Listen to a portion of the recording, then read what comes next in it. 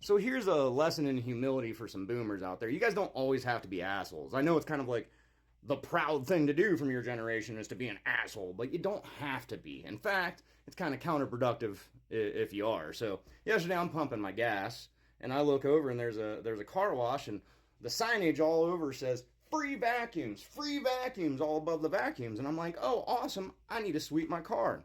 So I'm over there sweeping my front side out, just on my front driver's side. Didn't get very far into it. And this old guy comes out of nowhere and he says, hey, who are you doing? You got a pass? And I said, I said, I didn't know I needed a pass to use the vacuums. I said, my bad. And I'm like, getting ready to hang the vacuum up myself like a courteous person. And he snatches it out of my hands and he says, go on, get out of here. And I was like, whoa, dude. I was like, this is an honest mistake. I was like, honest mistake. I didn't know. I said, those say fucking free vacuums.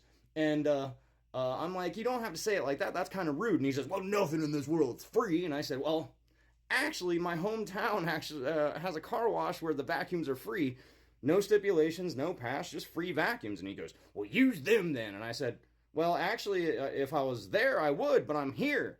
So fucking piss off, dude. And as I'm getting in my car, like, he just starts walking away with this fucking boomer attitude. And I'm like, all right, I roll down my window, and as I'm driving away, I'm like, and by the way, it's a little misleading because your fucking signs say free fucking vacuums, bud. And here's the deal. He just waves his hand and keeps walking. I don't know if he worked there and he was pissed off because he's in his 60s and he's making $8 an hour at a freaking car wash, or I don't know if he owns the place. I don't know why he was so upset and so rude. But the point is, if he would have actually had a conversation with me, if he would have said, well, why did you think they were free? I'd have been like, because the fucking signs say free vacuums, bro. And he would have been like, oh yeah, that makes sense. I could see how that's a little misleading.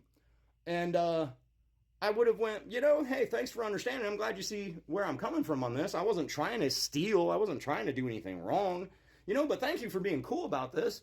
I would have bought a fucking car wash. I would have bought one right there on the spot, and I would have washed my car, and then I would have swept it.